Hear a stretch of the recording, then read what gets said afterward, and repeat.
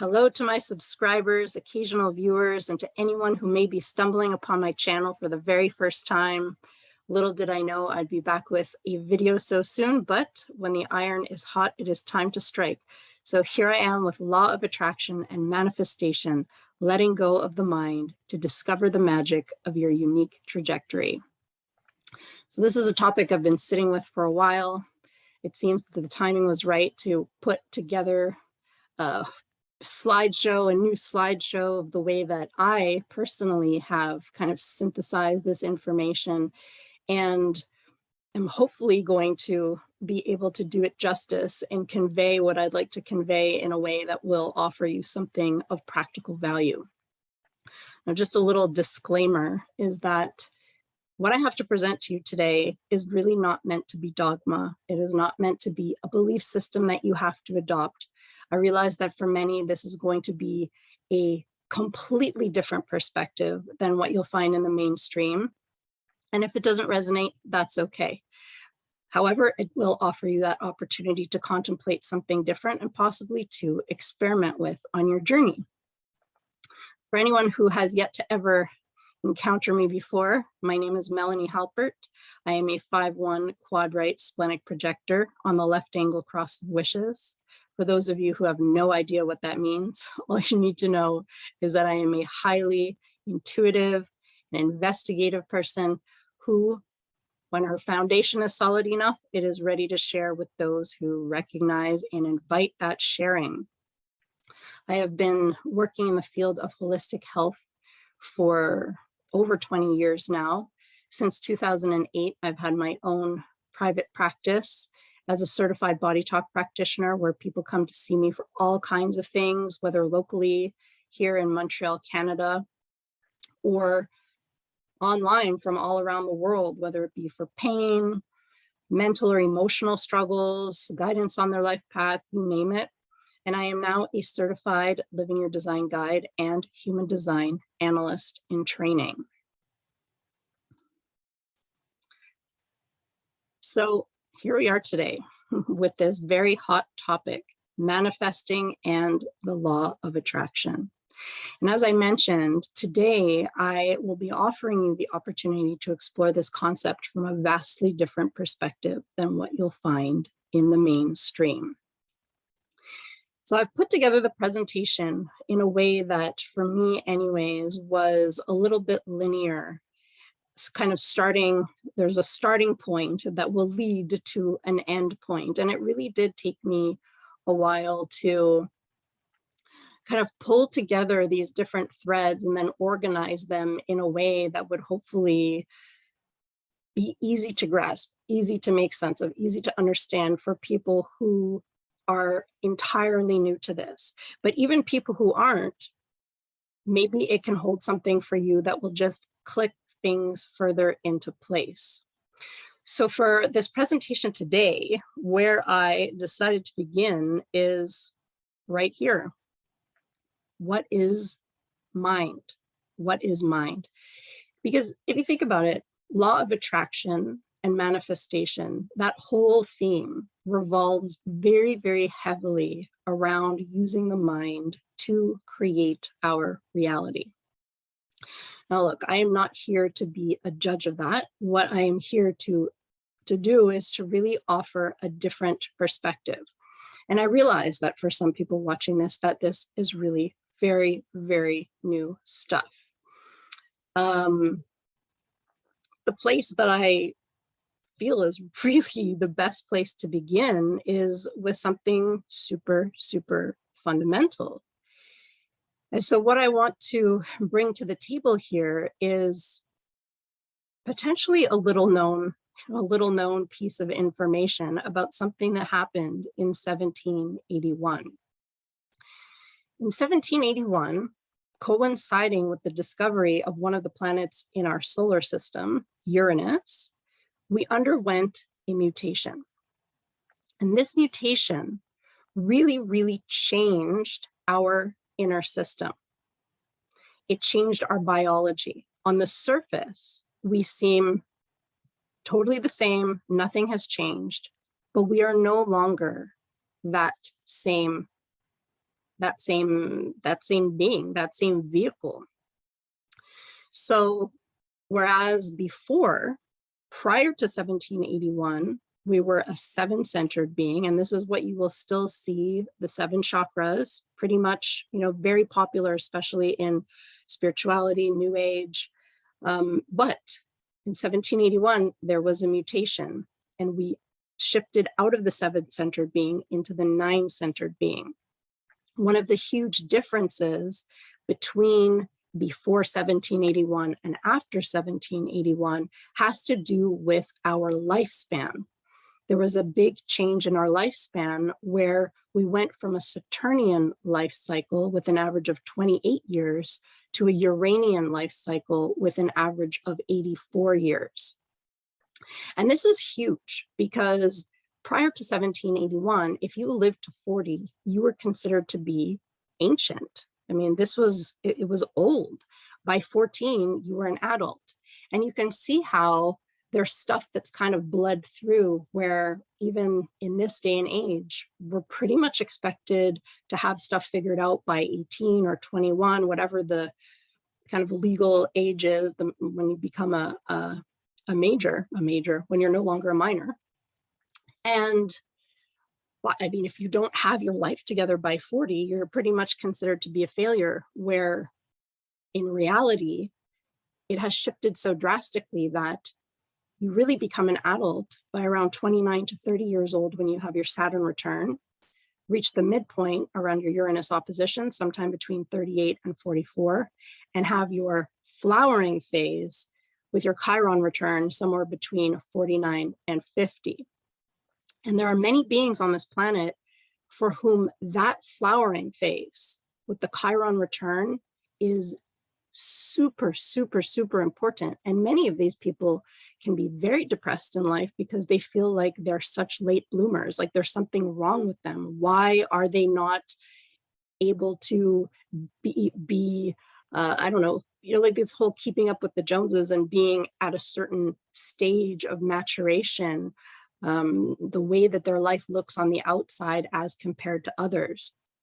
So this is just to say that we are nine-centered beings now with a very different life cycle, who are still in many ways living the life of the outdated seven-centered being. And in fact, at the time of this recording in 2022, we're only 5 years away from another major mutation in 2027. And the reason why I'm bringing this up right now is because we have an exceptional opportunity right now.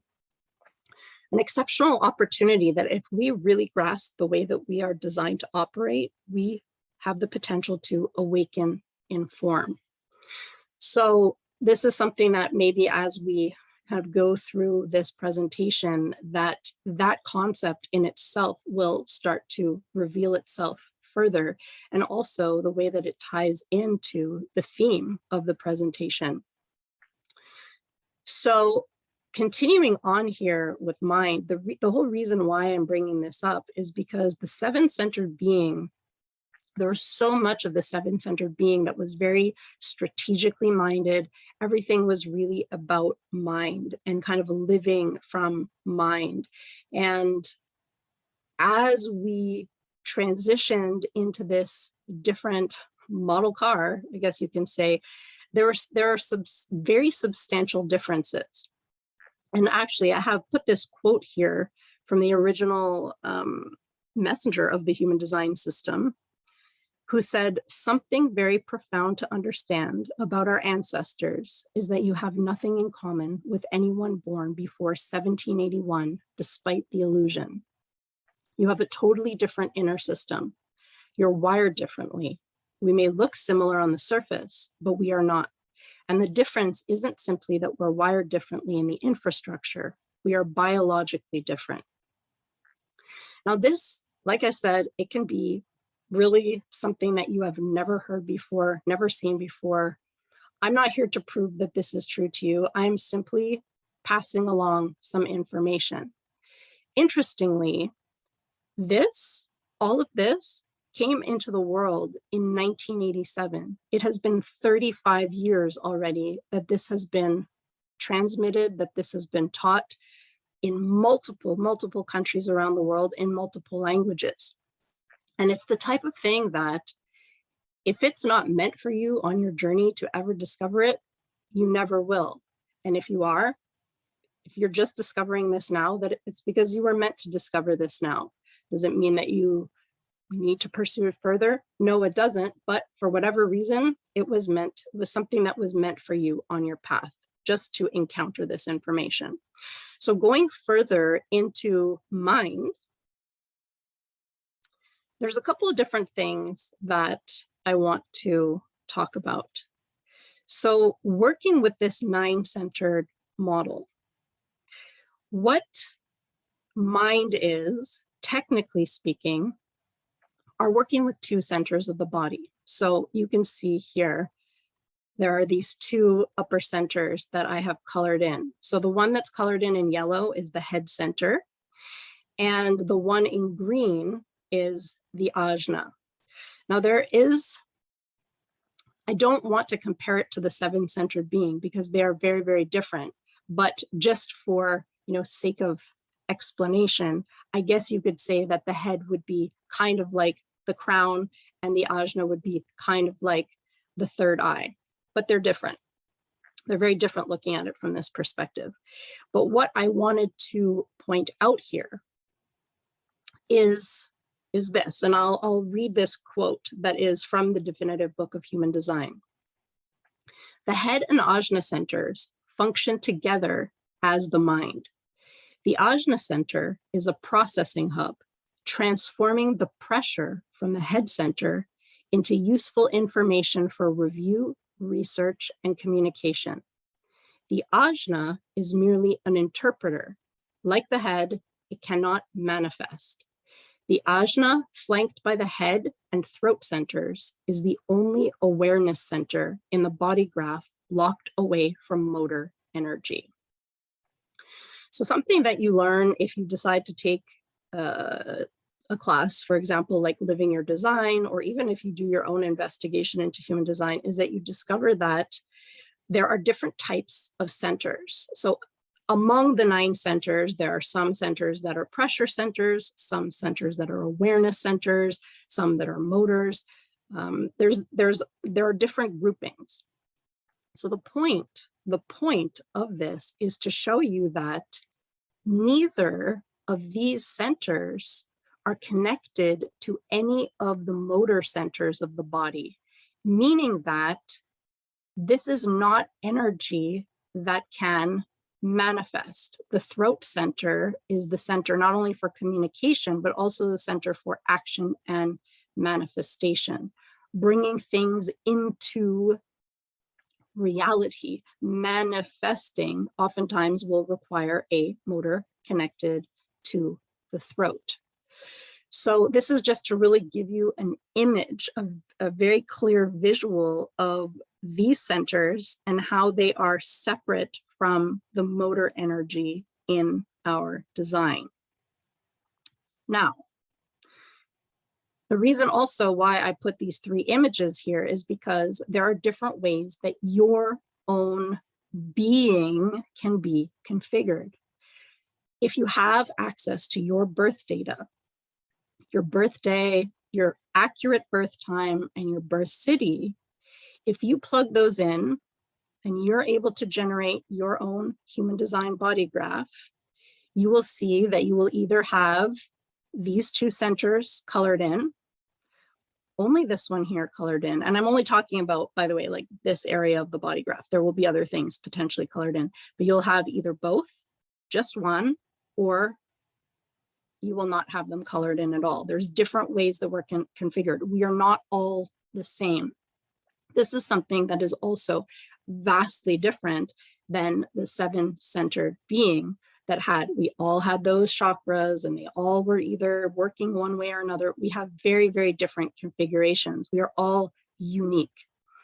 And so continuing with this, just to give you a little bit more background about each of these centers, the head center here is one of the 2 pressure centers of the body. And in this center, there is either logical pressure to make sense of the pattern through doubt, and it's all about looking for the logic or a new pattern. There's also abstract pressure to make sense of the past and to resolve the chaos and confusion. And then there's mutative pressure to know something new, to understand the mysteries, to know the unknowable. So this is really a center that is pressurizing the ajna. It is the center of inspiration and also confusion. And then there is the ajna. So the ajna center is our center for conceptualization, and it's all about logical answers and opinions, abstract realizations and beliefs, individual knowing, and insights. So these two, if you really want to talk about the mind, technically speaking, that's what you could relate it to in terms of the body graph. However, and there is a very, very, very big however,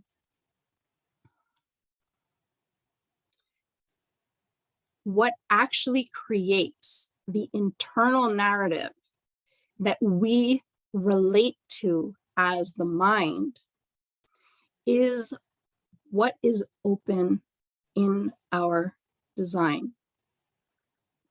And this is something that is really, really, really big. Though ultimately holding our great wisdom potential, the openness in our design is what creates the conditioned narrative of what we think we want or need in order to be fulfilled in life. So this is just a very brief summarization here, summary of the agendas that these open centers in our design can have. And it can range from thinking about things that don't ultimately matter to us. So just going down these rabbit holes, being pulled into the next bright, shiny object. It could be really kind of needing to be right in our mental certainty. So getting mentally defensive, this is what's needed, this is the way, and kind of like a mental rigidity. There could be trying to attract attention, being the star, doing too much, saying too much, being kind of confused about one's role, so fixated on finding love and direction. If I go here, if I do that, then I'll figure out who I am and where I need to go. There's feeling unworthy and undervalued, so a lot of self-esteem stuff, needing to prove and improve. There is also holding on to things that aren't good for you. So ways of really clinging to things out of a need for security, not knowing when enough is enough. So this overzealousness, whether it be about caring, whether it be about sex, whether it be about work, whether it be, I mean, you name it, there are many different ways that we can not know when enough is enough. It could be the avoidance of confrontation and truth, walking on eggshells, playing nice to avoid that confrontation. And then there can be being in a hurry to be free of pressure. So this is just a very, very quick overview of some of the ways that when data, when information, when energy enters the places in us that are open, which are really where we're designed to become wise, when that information comes in, it can be because somebody else is standing next to us. It could be because of certain transits that are going on. But we all have places in us where we are broadcasting who we are. And that's where we have things that are very consistent and reliable. And then there's the other part of us that is wide open, that is taking the world in. And this is what creates that internal narrative. So this is why mind is not a cut and dry thing. We can look at the mind, technically speaking, but what is it that actually creates the internal narrative? And what is it that creates this perception of who we are? As nine-centered beings, we are not designed to make mental decisions. So no matter your unique mental configuration, whether you have definition in the head or ajna, whether you have just the ajna defined, whether you have an open or undefined ajna, head and ajna, it doesn't matter. We're not designed to make mental decisions. The mind measures or processes information in a dualistic this or that manner, a valuable asset for simultaneously weighing two or more sides of any concept. The ajna can look at the positives and the negatives of a decision and construct two arguments that are opposite to each other. One argument says the option is bad because, while the other says it's good because. This is all the mind can do. However, it argues back and forth. It can neither judge nor know which is best. It simply determines how many sides of an issue there are to consider. So this is the thing. Mind is not bad. Mind definitely has its purpose. It is here to weigh. It is here to analyze. It is here to compare. It's also very, very beautiful. It can be a very beautiful thing for others, but it is just not what we are here to rely upon, to give authority to make our decisions. So you can see here, as opposed to the other image, which had that kind of swirling gray storminess, here you can see the mind shining like a jewel. The value of awareness or mental intelligence does not come from being in control, but rather from our ability to share and empower others with our unique perspective at the right time and in the right place. We are here to encounter each other, to articulate our experience of being human, to enrich, educate, and store history for future generations, and to contemplate life's possibilities. So this is the thing. When we are no longer giving authority to the mind to make decisions, our mind can truly shine for others as outer authority. So when it is no longer inner authority, it becomes a very, very potentially rich outer authority for others. So the bottom line here is that there are multiple aspects to mind, but the role of mind is not to be the driver of your life. And so that leads us to our next chapter here. Then what is the driver? So this is the perfect place to bring in the limousine analogy. If the mind isn't the driver, then what is? So now with this slide and the next slide, we're really going to be looking at this analogy of the limousine. And what I want to bring to your attention here is that who we think we are is not the driver. And we are not the vehicle, nor are we in control of the vehicle. We are here to be a passenger, to look out the window and experience the ride. So this is a really, really, really huge concept in being able to understand and appreciate what it is that really creates so much resistance in life. So with this topic, law of attraction and manifestation, what I really started to appreciate is how something we think is helping us is actually what is creating resistance. The very thing we want to attract is what we're actually repelling, and it's just a matter of mechanics. So this is a slide that I used in another presentation, and it's really talking about resistance in terms of it being a force that tends to oppose or retard motion. And the question, what is the driver? So when we're conceived, right at the beginning, when we're conceived, there is a conception sequence. And there's this really, I mean, there are many things that happen in this conception sequence, but one of the things is what truly creates this situation where we are, there's something that holds us together in the illusion of our separateness. And this is where I'm not going to go into depth about it in this presentation, but something called the crystals of consciousness. So there are these two crystals of consciousness made of dark matter. One of them sits it's not even there. It's kind of like sits right here, almost not even fully within the body, within the head center. And there is also the design crystal, which sits in the ajna center.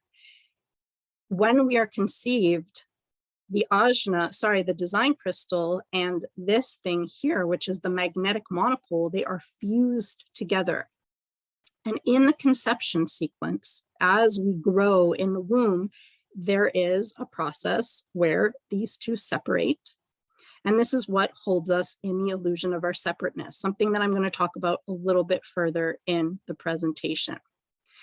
So with this limousine analogy, what's important to understand here is that this thing, okay, we have a powerful, powerful, powerful attractive force. It's kind of like a compass, but just with one end that is really very magnetic, and it's what hooks us up to our trajectory. So what is a trajectory? It's a path. It's a pathway. It's a pathway in life.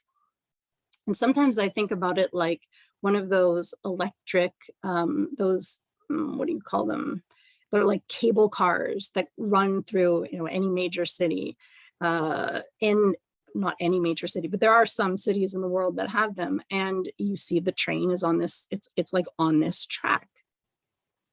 So it is the monopole that pulls us along our specific geometry in life, which provides not only the life experiences, but the maturation process for the expression of what has been learned, our specific wisdom gathered in this life.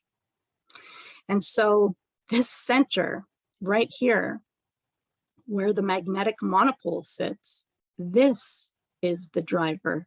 This is the seat of the higher self.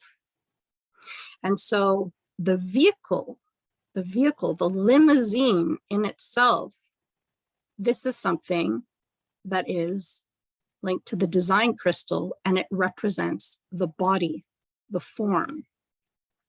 The passenger here, meant to just enjoy the ride, this is linked to the passenger and is what we call the personality. And you'll see as we go through the presentation, I'm going to be describing even more this concept and the way in which the passenger is sitting within the vehicle and is just meant to enjoy the ride. So what ends up creating this resistance is that the passenger, the personality here is meant to just be the passenger, is always trying to be a backseat driver. It thinks it's in control, it wants to be in control, and through its consistent micromanaging and interference, that's what it is that ends up basically, that's what it is that puts the spoke in the wheel, because the driver knows where it needs to go. It has its pathway in life. So the biggest takeaway from this presentation is about moving along our trajectory with ease. How do we move along our trajectory with ease? How do we do this in a way that whatever is meant for us is we get to experience that? So I brought that image back with the swirling, storming mind. And I want to make it clear that the mind is really not the enemy. It's not the enemy. It serves a purpose. However, using the mind to create or to attract, giving authority to the mind to make decisions, that is what trips us up. Remember, I brought this back too here. Though ultimately holding our great wisdom potential, the openness in our design is what creates the conditioned narrative of what we think we want or need in order to be fulfilled in life. And so I have these two images here, one of a steering wheel and one of a brake pedal, because what ends up happening is that when we use the mind to create or to attract, when we give authority to the mind to make decisions, we are often in either one polarity or the other. We're either gripping the wheel in the aim to get what we think we want, so trying to steer it in a certain direction, telling the driver what to do, where to go, or slamming the brakes in the aim to avoid what we think we don't want. And I mean, this can be looked at in so many ways. Like there are other cultures too that talk about clinging to pleasure, avoiding pain, but I mean, this is similar too. So it's really just about the ways in which we try to control the journey by not allowing the driver to do its job. It's us that is trying to hijack the vehicle so that we can either get what we think we want or to avoid what we think that we don't want. And so I brought back this vision board that I used in another presentation because it's just so perfect. And bringing up this topic about the mind and its conditioned wants and goals. So this is the thing.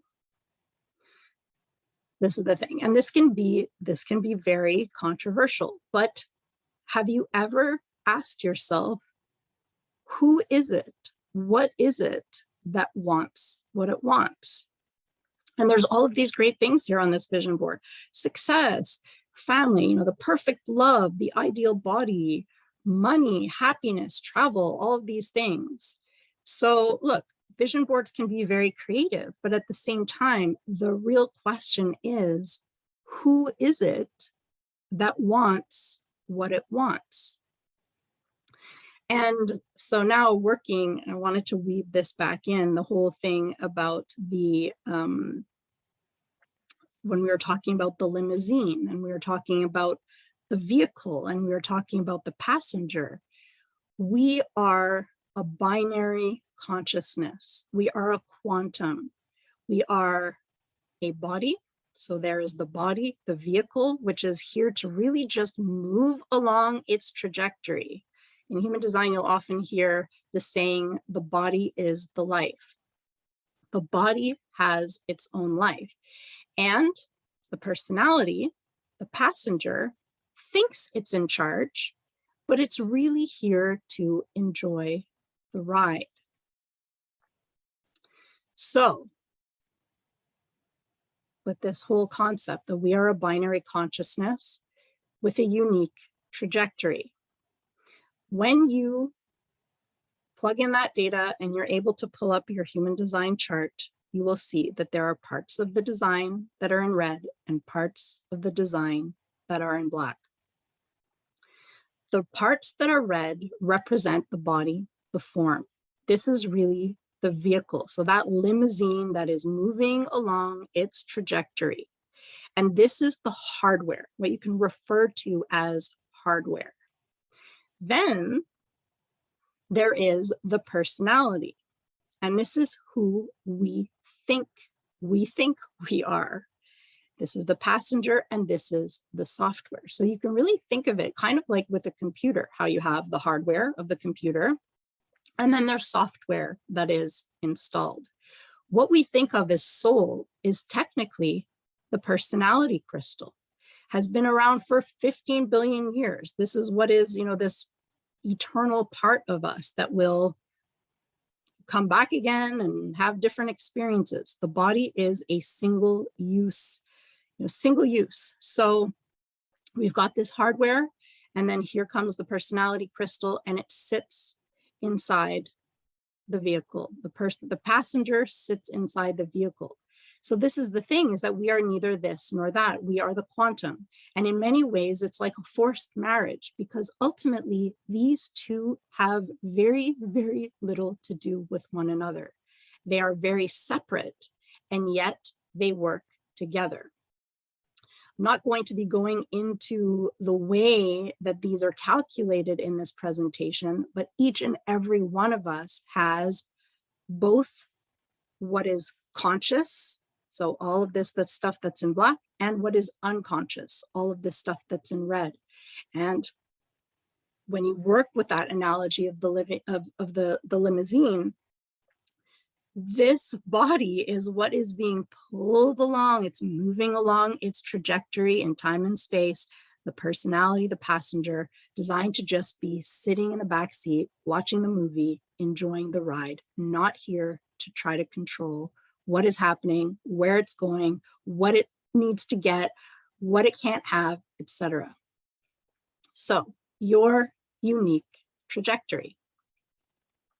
So we had already talked about two of the centers of the body, the head and the ajna, but now I want to talk about another center. We kind of alluded to it before, but now going more into depth because it is so freaking amazing.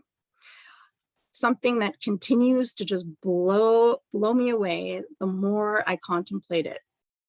So this yellow diamond in the center of the body graph, and for some of you, it may not be colored in, this is the G center.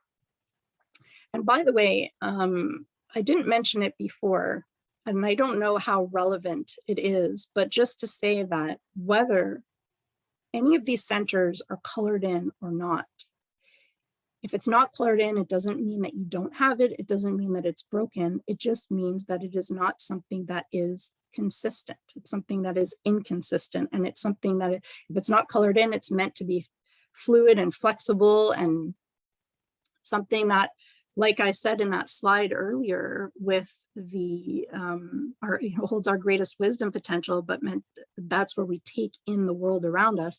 It's something that will be conditioned from the outside. Either way, the G center, that diamond in the center of the body graph, this is our center of identity, love, and direction. This is where the magnetic monopole, that attractive force, resides in each and every one of us.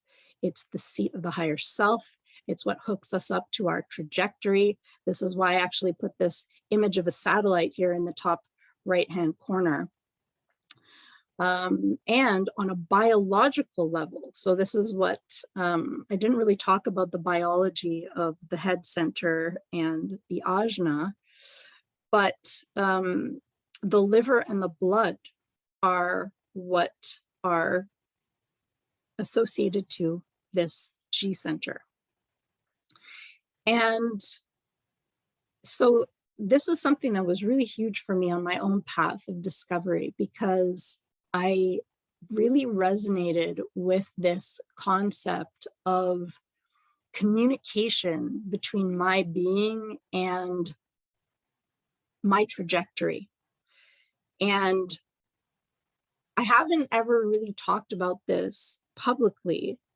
I didn't know if I would ever do a presentation about it, but about 6 months into my human design experiment, I decided to start experimenting with sobriety, because I knew that this center, which hooks us up to our trajectory, linked to the liver and the blood, I really wondered to myself if alcohol, if that substance was maybe kind of like creating interference or static, something that was really masking or blocking that communication between my magnetic monopole and my trajectory.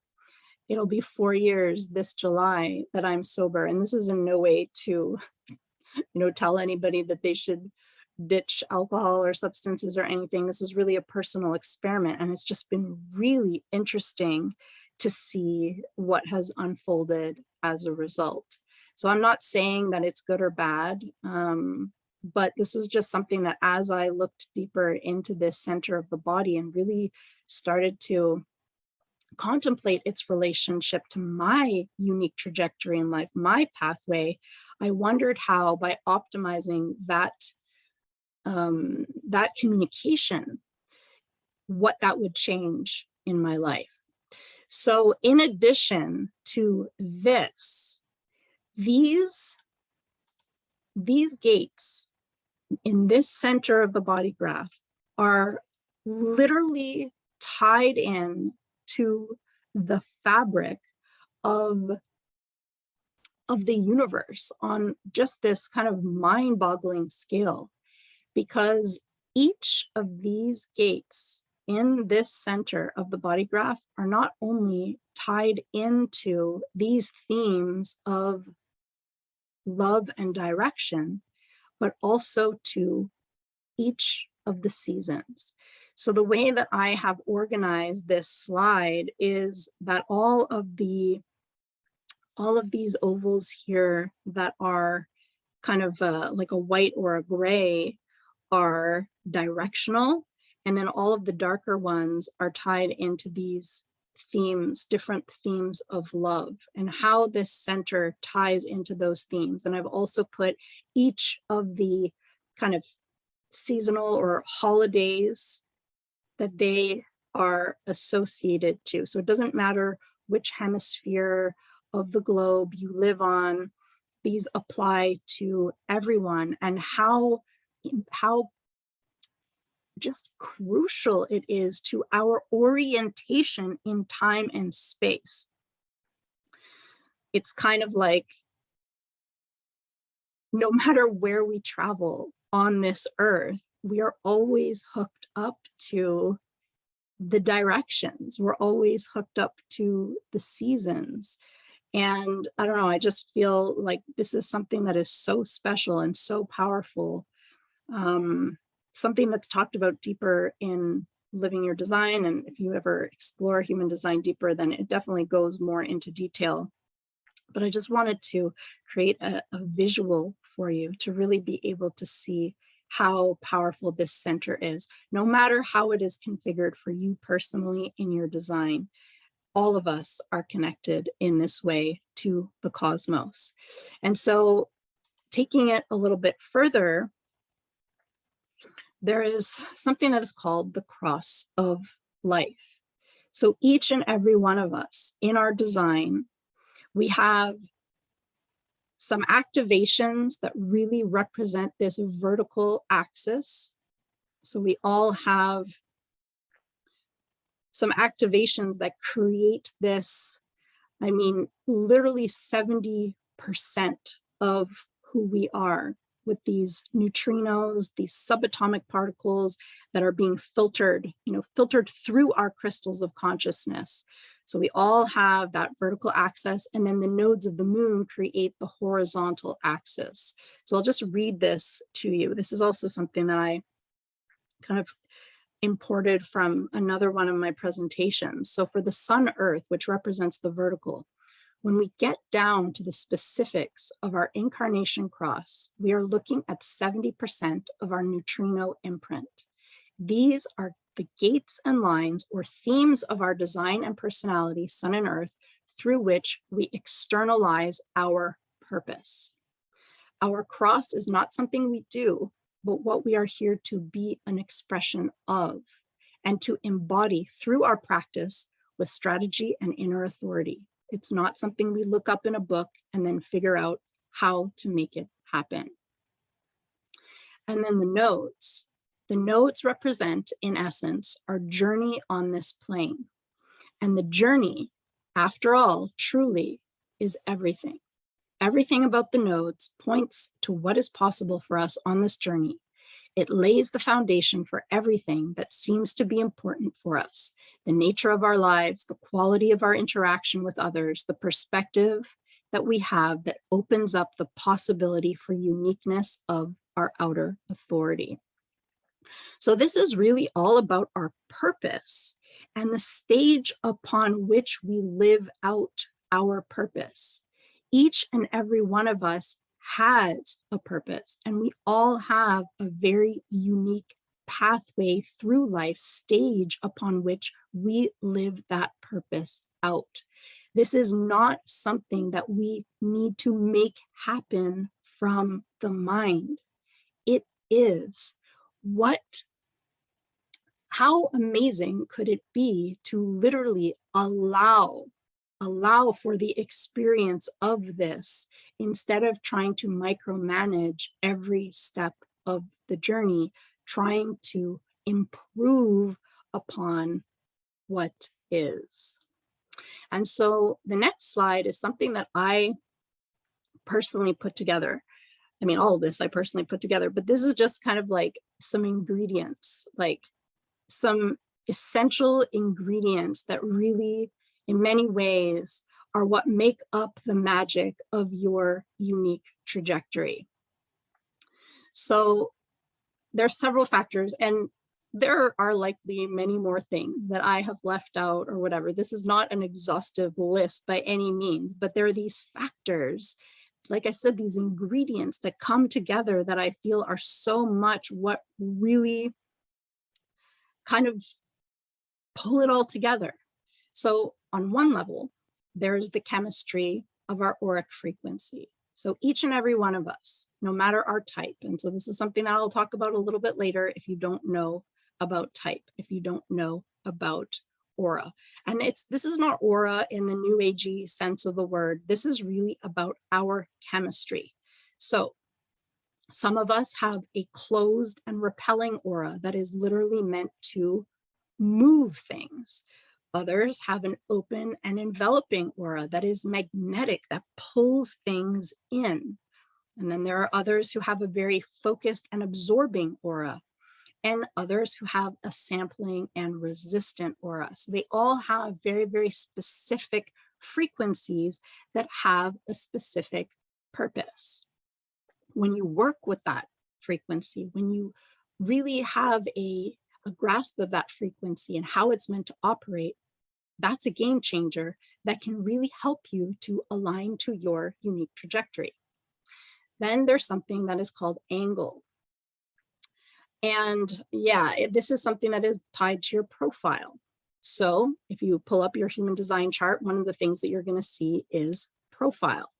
Some people have what is called a right angle cross. These are people who have a personal destiny. There are others who have a left angle cross, and these beings have what is called transpersonal karma. And then there are those who have a juxtaposition cross, and these have a very, very fixed fate. I'm not going to be getting into that in this presentation, but it's just to show that there are different geometries. We don't all have the same geometries. Some of us really are here for that personal destiny, others for that transpersonal karma, and others for that very fixed fate. Then we have the nodes. So in our design, you're always going to see both on the unconscious side, the vehicle has a nodal trajectory and the personality also has its nodal trajectory. This is the stage upon which we live our life. It is about where we be and how we see. And this is something that at the midpoint of life, so at our Uranus opposition, it's like changing neighborhoods. We're moving from the south node to the north node. So this is yet another kind of aspect of this pathway, of this trajectory in life. And then, of course, bringing back the monopole, that magnetic monopole that is constantly communicating with our trajectory, pulling us along that path. So the question is, are you moving through space with resistance or with ease? So this brings us now to the last segment, moving through space with ease. So this is where I'm going to bring in a little bit here about each of the auric frequencies, the different types. And so this is really what I would like to impress upon you. And many of you already know this, that fulfillment is not about all the things. We can we can wish for millions of dollars, the fanciest cars, the houses around the world, the love, the soulmates, and the, you name it, all of the things that we can think of. And I'm really not trying to be like trite here, because I really do understand too that, first of all, yes, material security can be important. And why would we not want to have things that we really love and value? The question is always going to come back to, who is it that wants these things? And also, where is that coming from? What would be possible if, instead of trying to make those things happen, whatever they are, however spiritual or pure, or, it doesn't have to be material things, that's okay. And I'm not here to judge that. But again, it's like, who wants those things? What is it that is creating those wants? And what could happen if you were able to just align to who you are and allow the passenger to be the passenger? So there are very, very different things at the root of what we think we want that actually brings fulfillment in ways that are not rocket science, and yet at the same time so profound. For the 10% of the world who are manifestors, and this is definitely something worth mentioning in this presentation, there's oftentimes a lot of confusion. People confuse the manifestor type in human design with manifesting. What makes a manifestor is that in their design, one of their motor centers, other than the sacral, is connected to the throat. So this means that they always have a direct motor source of energy going to the throat, bringing that energy into manifestation. But this does not mean that everybody else, the rest of the 90% of the world, have to just, they're chopped liver. they're not. And this is what this whole presentation is about, because it is not about making anything happen. Even the manifestors, who are the only beings who are here to initiate, are not here to initiate from the mind. They're not. So just to break this down a little bit, 10% of the planet, the manifestors of the world, are the innovators. They are here to spark things, to get things going. It is all about their impact. So these are the beings that have this closed and repelling aura that are designed to move things out of the way. As they move through space, they move things out of the way. Whether they try to or not, they have impact. For a manifestor, the most fulfilling thing, no matter the material, no matter the whatever, is the peace that freedom of movement brings. They are here to move through space without anything getting in their way. That is what brings fulfillment. For generators and manifesting generators, who make up the bulk of the population, who bring the life force, these are the builders and the express builders. And with their open and enveloping aura, they're here to pull things in, whether they try to or not. They are constantly magnetizing things to them. They are here to know themselves. Who am I? And it doesn't matter about all the things. They're here for the satisfying use of their energy. So they have the potential to be hard workers. Hard workers, unlike the manifestor, who's not here to work hard. They're here to work to rest. The generators and manifesting generators can definitely work hard, but something that brings satisfaction, using their energy in satisfying ways.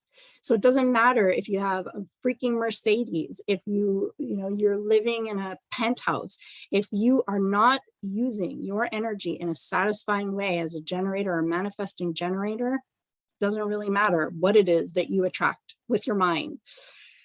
It's not going to be fulfilling. For the 21% of the population who are projectors, the natural advisors, we are here to know the other. Who are you? Here for success. And it's not always about material success. It is about sweetness and ease in our interactions. It's about, again, all of these in so many ways is just about moving through space with ease in the way that we are configured. The reflectors, only about 1%, very, very different beings, are the evaluators. Who are they? So they're more interested in what is unique, what is different, and the surprise that comes from that.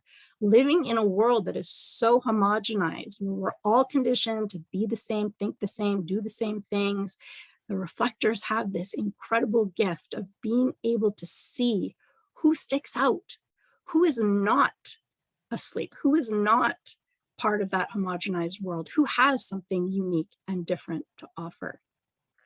So this is really kind of driving that home, that it is not about all the things, and how different life can be when you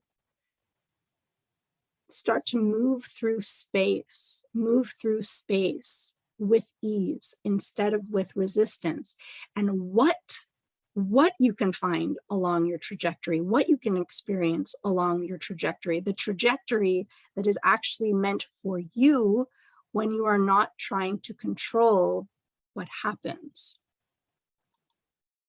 And then, so this is kind of also a slide here that I brought in from another presentation, tweaked it a little bit, but just to kind of go over these basics of what it is that can help you to move cleanly through space to get the life that is meant for you. Something that is so fascinating. If you look, you can look at all of these people that are in the homogenized world, for example, successful, rich and famous, they've got everything. There is no way to know how their life would have been had they actually lived out their life. And this is not about judging, judging what they have or who they've become. There's a lot of amazing stuff, that a lot of amazing people. But at the same time, are they actually living their life? And despite all external appearances, are they actually fulfilled? There's really no way to know. So when it comes to navigating through space, moving cleanly through space to get the life that is really meant for us, living out our actual purpose on the stage upon which that is, meant to be lived out in a way that is unique to us. The manifestors, the generators and manifesting generators, the projectors, the reflectors, we all have a strategy. We all have a strategy that is designed to help us move through space. The manifestors are here to inform those that their decision will affect before they do whatever they're going to do or not.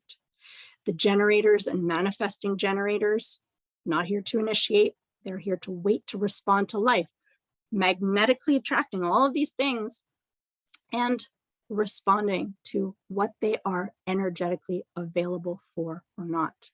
Projectors, also not here to initiate, and we are here to wait for recognition and invitation. And the reflectors are here to be initiated by the other types. So waiting to be initiated, and then, especially when it comes to something that is a big decision in life, they are here to wait a full lunar cycle. And there are many different forms of authority. So what we are here to trust, to make decisions that will lead us to fulfillment. So we all have our own unique authoritative process. Some of us, it is an internal thing, inner authority. So some beings have emotional authority, sacral authority, splenic authority, ego authority, G or self-projected authority, environmental, and lunar. So this is not something that I'll get into in this presentation, but not everyone is here to be intuitive. Not everyone is here to follow their heart. Not everyone is here to listen to their gut. Not everyone is here to trust their feelings. We are so unique and so different, and there are so many things that are homogenizing us constantly, even the most well-meaning things in spiritual communities, new age communities, things that are all about like living your best life, except unbeknownst to us, we can actually be assimilated into working with mechanics that actually do not work for us.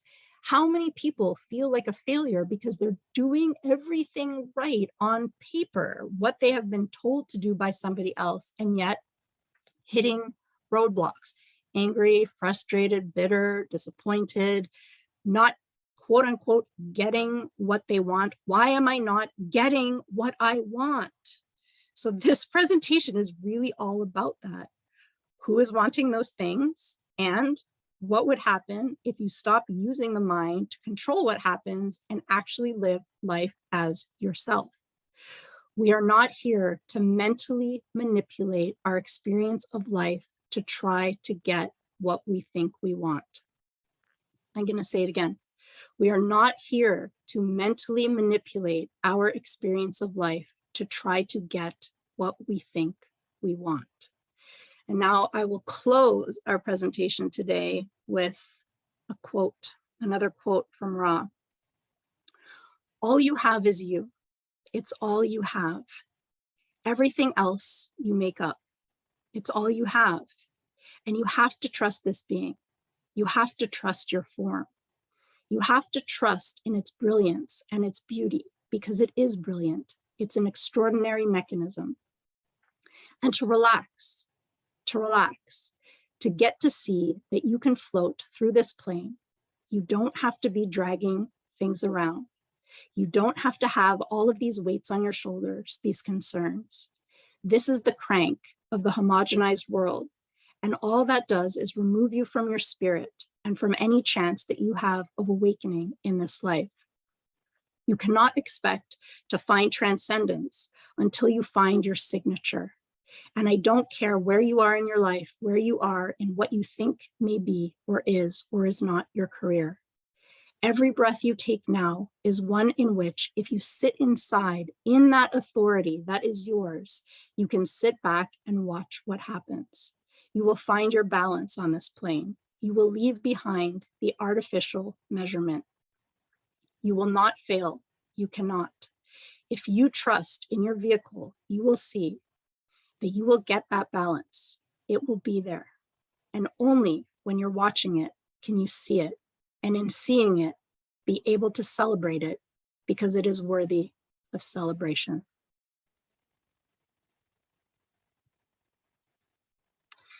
So that's what I have for you today. Thank you so much. If you made it this far, congrats. I hope that whatever it was that I put together for you today, that it brought you something of value. And if not, that's okay too. I have no idea when I will be back again with another one, but I am happy to have brought this to you today. And until next time, thanks so much and take care.